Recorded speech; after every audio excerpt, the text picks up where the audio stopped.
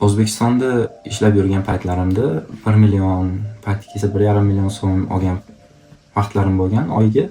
Lekin o'sha paytlar o'ylab qarasam, menda qarz bo'lmagan ekan. Ya'ni o'sha pulda qanaqadir baraka bo'lgan va menga o'sha pul yetgandi.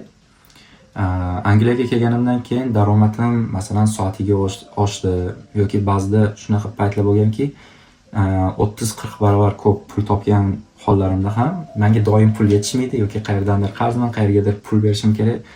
Shunaqa narsalar bor. Nima demoqchiman, ya'ni har doim ham daromad ko'payishi bu sizga bo'ldi, yaxshi hayot degani emas. Daromad oshgani sari xarajat ham oshadi.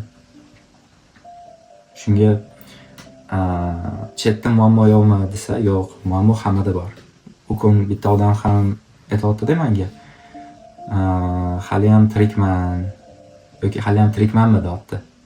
Men aytaman o'shanda, sen hali ham muammolarni his qilasanmi deyman. Ha desa, ha bo'ldi, demak tiriksan. Ya'ni tirik odam borki, muammosi bor. Shuning uchun masalan chetga chiqqan odamda muammo bor, muammo yo'q degan narsa yo'q. U muammo hammada bor. Uy olganingizdan keyin mashina olgingiz keladi. Mashina olganingizdan keyin yana bir narsa olgingiz keladi. Google'ga kirganingizdan keyin oylikni ko'proq xohlaysiz. Ertaga o'zingiz kompaniya ochishni xohlaysiz. U narsalar to'xtamaydi. Shuning uchun xohlayotgan narsalarimiz o'zgarib ketadi.